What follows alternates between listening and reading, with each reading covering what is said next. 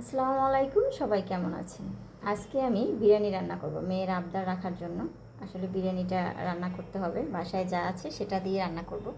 ও খেতে চেয়েছে, এই জন্য তাড়াহুড়ো করে বিরিয়ানি রান্না করতেছি।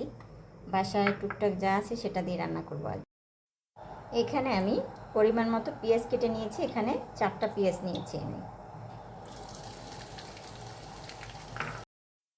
পেঁয়াজগুলো সুন্দরভাবে নেড়ে ছেড়ে নিতে হবে তেলের মধ্যে। একটু সফট হওয়া পর্যন্ত আমি আসলে অপেক্ষা করব। আর এর মধ্যে এখন কিছু মশলা এখানে অ্যাড করে দিব। আসলে বিরিয়ানি রান্নাটা কিন্তু একদম সহজ, যে রান্না করতে পারে তার কাছে সহজ অবশ্য। তো যাই হোক, আমি এভাবেই রান্না করি সবসময়ের জন্য, পারফেক্ট হয় আমার রান্নাটা। আশা করি আপনাদের কাছে ভালো লাগবে। আমি এই মশলাগুলো রেখেছিলাম, এগুলো দিয়ে দিচ্ছি। মশলার পরিমাণটা আসলে একটু কম দিব, কারণ হচ্ছে বিরিয়ানির মশলাটা আলাদা থাকে, সবার বাসায় থাকে। তো বিরিয়ানির মশলা আছে যেহেতু, তো তার মশলার মধ্যে সব কিছুই থাকে। তারপরও আমি এখানে অল্প অল্প পরিমাণে দিয়েছি। এলাচ, দারচিনি এবং তেজপাতা এগুলো অল্প পরিমাণে দিয়েছি, অ্যাড করেছি। আমি আদা রসুনের পেস্ট এখানে 2 চামচ পরিমাণে দিয়ে দিলাম। এখন আবারও একটু নেড়ে চেড়ে নিতে হবে। এভাবে একটু সুন্দরভাবে নেড়ে চেড়ে নিতে হবে মশলাটা। এর মধ্যে আমি সামান্য পানি অ্যাড করব, কারণ আদা রসুনের পেস্ট দিলে দেখবেন ছিটে ছিটে ওঠে, ওটা উঠবে না। সেই জন্য এখানে সামান্য পানি এখানে দিব, কারণ মশলা কষানোর জন্য একটু পানি এখানে অ্যাড করতে হবে। তো যাই হোক, আমার কিন্তু এই যে মশলা এখানে দিয়েছি, আদা রসুনের পেস্ট দিয়েছি, এখন অন্যান্য যে মশলাগুলো সেটা এখানে সুন্দরভাবে দিয়ে দিব। বাকি যে মশলা আছে এখানে সামান্য সস দিয়ে দিচ্ছি, আমি সয়া সস না, সস এখানে অ্যাড করছি। এখন একটু নেড়ে চেড়ে নিব। আমার এখানে সস দেওয়া হয়ে গেছে। সুন্দরভাবে মশলাটা কষিয়ে নিতে হবে। এখন যে বাকি যে মশলাটা সেটা এখানে অ্যাড করে দিব আমি। বাকি মশলাগুলো এখানে অ্যাড করে দিচ্ছি। এই হচ্ছে বিরিয়ানির মশলা। তো আমার এখানে চালের পরিমাণ একেবারেই কম, সেই জন্য আমি কম পরিমাণেই দিচ্ছি।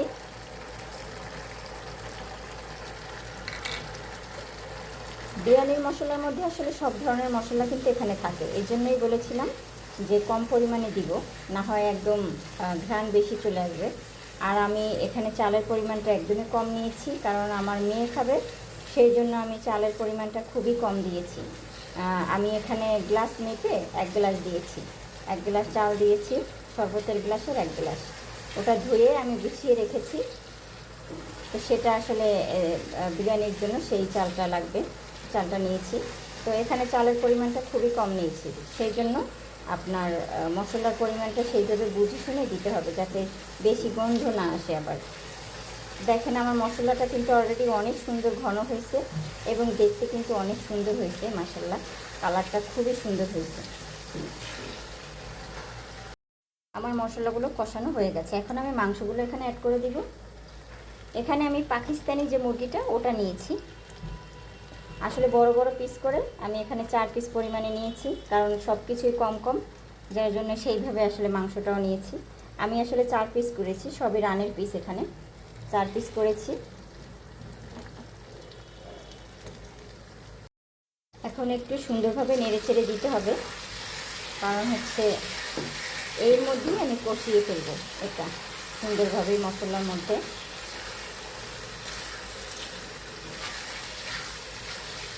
এখানে আমি পিসগুলো ছোট করে নাই, পিসগুলো একটু বড় বড় করেছি, কারণ এক পিসেই ওদের হয়ে যাবে আমি জানি। কারণ বড় পিস করলে ভালো লাগে দেখতে, আর ছোট ছোট পিস করলেও ভালো লাগে। তো আজকে চিন্তা করলাম বড় পিস করে রান্না করি, যেহেতু চালের পরিমাণটা কম নিয়েছি। তো সেই জন্য আর কি পরিমাণে মাংসটা একটু সাইজে বড় বড় করে দিয়েছি, টুকরো টুকরো করে নেই, একেবারে গুঁড়ি গুঁড়ি করে কেক কাটি নেই, সেই জন্য পিসগুলো একদম আস্তে আস্তে রেখেছি। এখন আমি ঢাকনা দিয়ে রাখবো কিছুক্ষণ সময়, তারপর আবার একটু মাঝে মাঝে নেড়ে চেড়ে দিতে হবে। আর বিরিয়ানি রান্নাটা খুবই সহজ, আপনারা বাসায় চেষ্টা করলে। আছে অনেক ব্যাচেলার ভাইরা আছে রান্না করতে পারে না, আসলে এভাবে চেষ্টা করলে আপনারা অল্প সময়ের মধ্যে রান্না করতে পারেন বাসায় বসেই। ঢাকনাটা একটু উঠিয়ে ফেলবো এখন। দেখছেন কতটা পানি বের হয়েছে, এই জন্য পানি অ্যাড করার কোনো প্রয়োজন নেই। আমি লবণ কিন্তু অ্যাড করিনি, মনে ছিল না, এখানে লবণ দিয়ে দিলাম পরিমাণ মতো। যদি লাগে তাহলে আমি আবারও দিব। সামান্য লবণ এখানে অ্যাড করে দিয়েছি। টেস্ট করে দেখব, যদি লবণ দেখি দরকার হয় তাহলে লবণ অবশ্যই আবার দিয়ে দেবো এখানে। এটা ঢাকনা দিয়ে আবারও রাখবো, কারণ এটা যেন সেদ্ধ হয়ে যায় সম্পূর্ণটা, যার জন্য আবারও এটা করে আবার ঢাকনাটা এখানে দিয়ে দেবো এখন। প্রায় কিন্তু রান্নাটা হয়ে গেছে অলরেডি, দেখতেই পাইতেছেন রান্নাটা আমার প্রায় হয়ে গেছে। আসলে ভালোভাবে আরেকটু হবে। আমার রান্না কিন্তু মাংসটা একদম হয়ে গেছে, দেখতেই পাইতেছেন। আর এখন আমি 1 চামচ পরিমাণে চিনি এখানে অ্যাড করে দিচ্ছি। আপনারা চাইলে নাও দিতে পারেন, চিনিটা দিলাম একটু মিষ্টি মিষ্টি লাগবে, এই জন্য হালকা চিনি এখানে অ্যাড করে দিয়েছি। 1 চামচ পরিমাণে এখানে আমি চিনি দিয়ে দিয়েছি। আসলে বিরিয়ানি একটু আপনার মিষ্টি মিষ্টি লাগবে, একটু হালকা ঝাল লাগবে, সেরকম ভালো লাগে খেতে। আমার রান্না কিন্তু অলরেডি হয়ে গেছে, আর মাত্র 1 মিনিটের মতো রাখলেই যথেষ্ট। এখানে আমি কিছু কাঁচামরিচ এখানে অ্যাড করে দিচ্ছি, একটু মুখটা ফাটিয়ে তারপরে দিচ্ছি, একটু হালকা ঝাল ঝাল লাগবে সেই জন্য। 5-6টা কাঁচামরিচ এখানে আমি অ্যাড করে দিচ্ছি। এখন আমি চুলায় প্যান বসিয়ে দিয়েছি আর একটা। এখানে আমি পোলাওটা রান্না করব, সামান্য তেল দিয়েছি। তেলের পরিমাণটা একদম কম দিতে হবে। কিছু গরম মশলা এখানে অ্যাড করলাম। এখন এটা একটু ভালোভাবে নেড়ে ছেড়ে দিতে হবে। তেলের মধ্যে একটু মশলাগুলো ভালোভাবে নেড়ে ছেড়ে নিতে হবে। এরপর আমি এখানে কিছু পেঁয়াজ অ্যাড করব। এখন আমি এখানে পেঁয়াজ দিয়ে দিচ্ছি। পেঁয়াজটা দিয়ে এরকম নেড়ে ছেড়ে নিতে হবে। একদম বাদামি কালার করা যাবে না, মোটামুটি আসলে ভেজে নিতে হবে। আর রান্নার এক ধাপ হয়ে গেছে, আর এখন বাকি নেই তেমন একটা। খুবই কম সময়ের মধ্যে রান্নাটা হয়ে যাবে। পেঁয়াজটা কিন্তু অলরেডি ভাজা হয়ে গেছে। এখন এখানে চালটা আমি দিয়ে দিচ্ছি।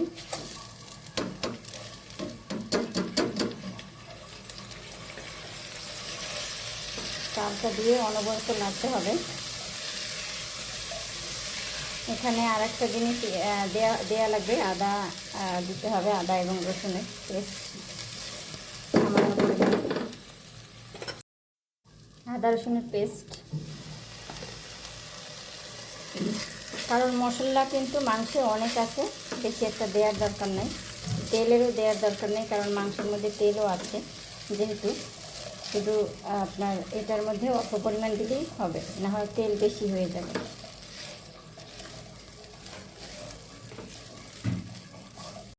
সামান্য এখানে লবণ অ্যাড করে দিচ্ছি।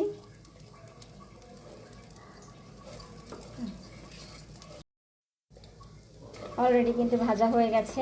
এখন আমি মেপে রেখেছিলাম, যে চাল মেপেছি সেটা দিয়ে, আসলে ডবল পানি দিতে হবে। আপনি যদি 1 কাপ পরিমাণে চাল নেন তাহলে 2 কাপ দিতে হবে। তো আমি এখানে শরবতের গ্লাসের 1 গ্লাস নিয়েছি, তো 1 গ্লাসে আমার 2 গ্লাস দিলেই হবে। তো 1 গ্লাস আমি দুধ দেবো এখানে। 1 গ্লাস আমি দুধ অ্যাড করে দিচ্ছি। আমার ভাজাটা হয়ে গেছে অলরেডি। আর 1 গ্লাস আমি পানি দিব। পানি দিচ্ছি আমি 1 কাপ আপনার গ্লাস মেপে এই 1 গ্লাস পানি এবং 1 গ্লাস দুধ দিয়েছি। মানে টোটাল 2 গ্লাস দিতে হবে, সোজা কথা। দুধ দিলে আপনি দুধের পরিমাণ একটু কম দিতে পারেন। তো আমি দুধ 1 গ্লাস দিয়েছি আর আপনার 1 গ্লাস পানি দিয়েছি। এখন এতেই আমার রান্নাটা কমপ্লিট হয়ে যাবে। আমার পোলাওটা প্রায় হয়ে গেছে।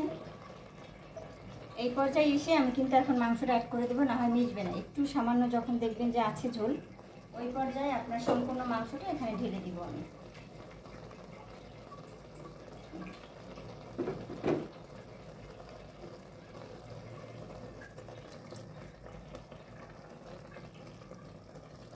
আমি কিন্তু টোটাল মাংসটা এখানে ঢেলে দিয়েছি।